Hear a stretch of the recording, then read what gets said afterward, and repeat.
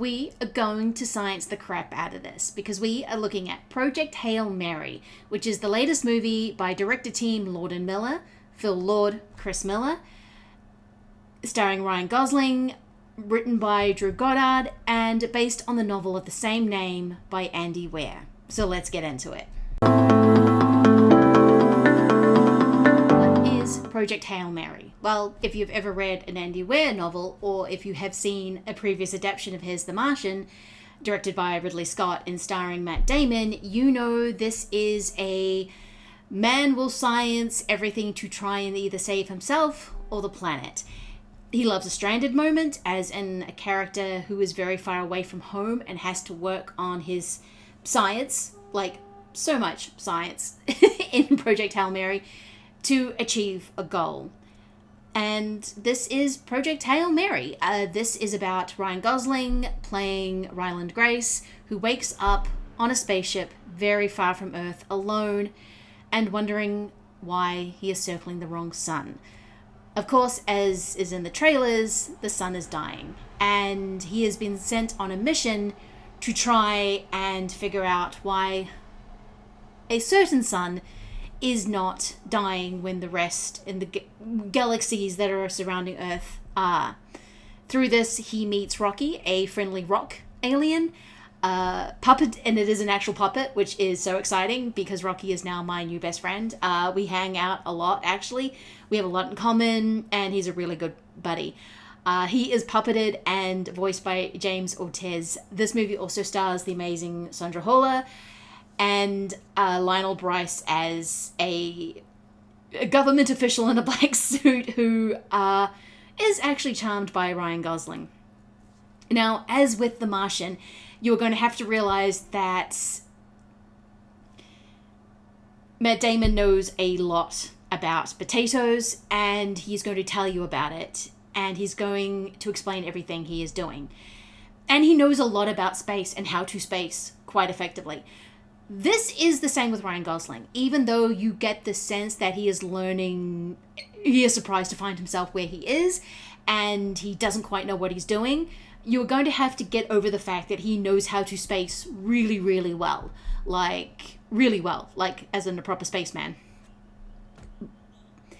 But I think the movie is doing a lot, and as we will get into, Ryan Gosling's performance holds the movie together. Well, actually, his and Rocky's performance, to be honest. That is a great double team of 2026, and I am here for it. But first, I want to talk about how Project Mary looks, because it is a gorgeous movie. As you know from Into the Spider-Verse, Lord and Miller love to play around with different textures and landscapes. Think of the hand-drawn graffiti mixed in with the computer-generated animation to make something new. You can kind of see tones in this within Project Hail Mary. The way that the great cinematographer, Academy Award-winning Greg Fraser, who is perfect for this because, you know, Dune, now endless space, is showing the vastness. Like, there is literally this beautiful emptiness that is space that really kind of makes you feel that Ryan Gosling character is truly alone, floating, completely lost, kind of meandering, no purpose. And as the movie goes on, there's more activity, especially when you introduce Rocky into the piece, and there becomes motivation and purpose. This is a movie that will wear its motivations on its sleeve. Very 2001. There's even a Blue Danube moment, which isn't as lulling as in 2001, as in every single time I watch 2001 and I'm listening to that score with the twirly spaceships, I fall asleep. It's not that I don't... Okay, confession, I'm not the biggest 2001 fan, and I understand the genius, but it's a lullaby of a movie that will send me straight to sleep. In fact, when I can't sleep, I will watch the Blue Danube score to fall asleep. It's a very good sleep.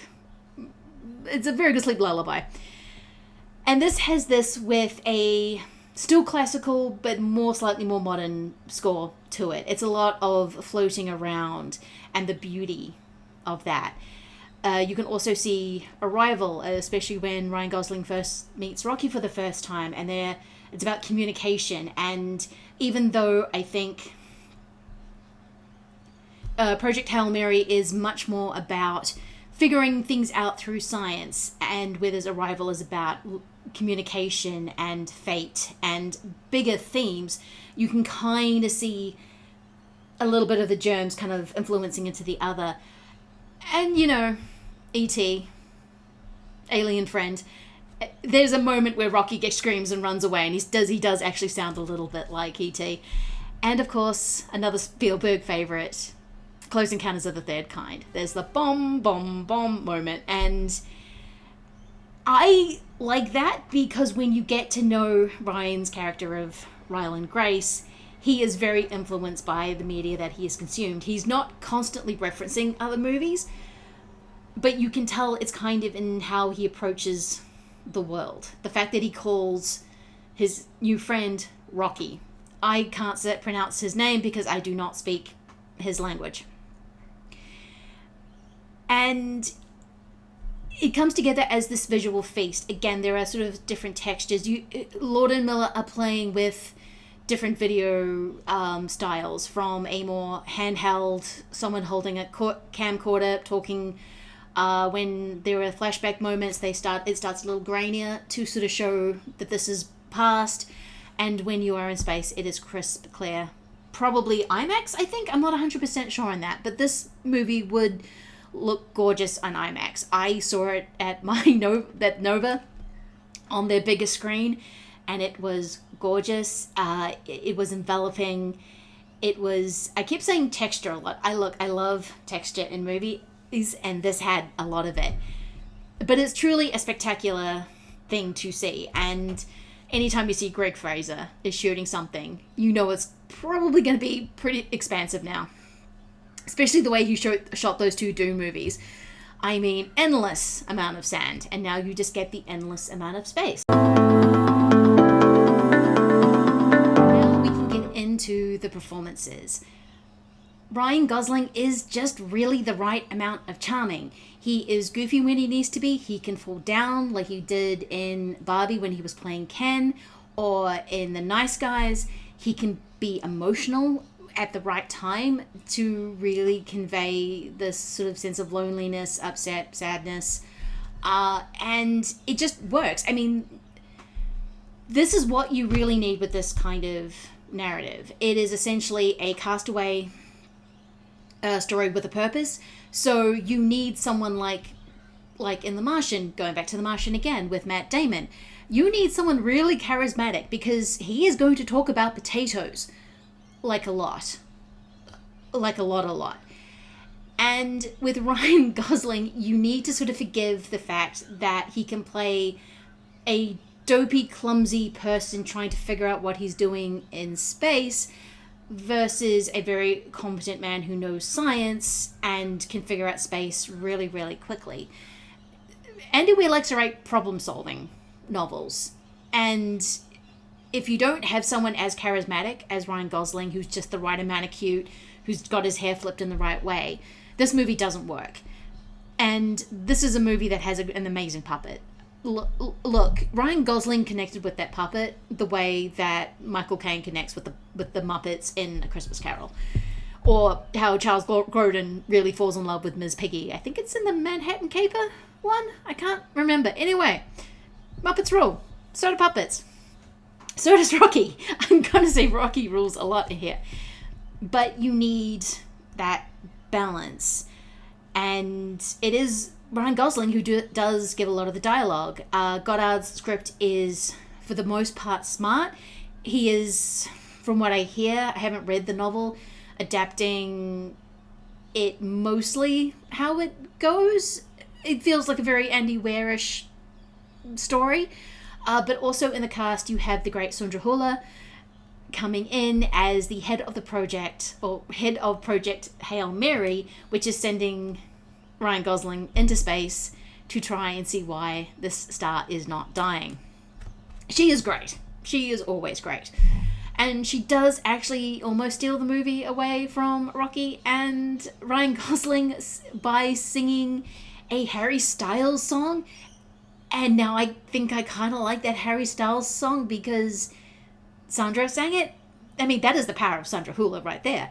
She can get herself off for murder and can make me like Harry Styles. I mean, that is a feat. I think she's really good. She plays a sadness and a determination really well. The character that is written isn't particularly much depth, and I think with just in a few brushstrokes of how she line reads certain things, I think she can really convey this determination of, I am going to save Earth no matter what. And I think it's really good. I think it's a really strong performance where she is adding to the script a lot. I think Ryan Gosling is as well a little bit, just because he knows when to be funny, when to be sad, and when to be soft, and when to go sort of harder, especially with his scenes with Rocky. James Otez does a great job at a very excited rock alien with 6 legs. And they have great banter together. Lionel Bryce actually is quite cute. He's only really in the beginning of it, or when you sort of start seeing the flashbacks within how the movie is structured.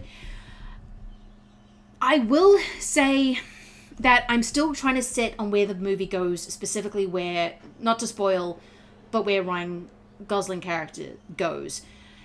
It's built on flashbacks, therefore there are revelations, and I'm not entirely sure how I feel about the revelation compared to the performance we got from Ryan. It's not that Ryan, I think Ryan does really well. I love that performance. I think he's playing the tone well for the kind of movie we are watching. We don't need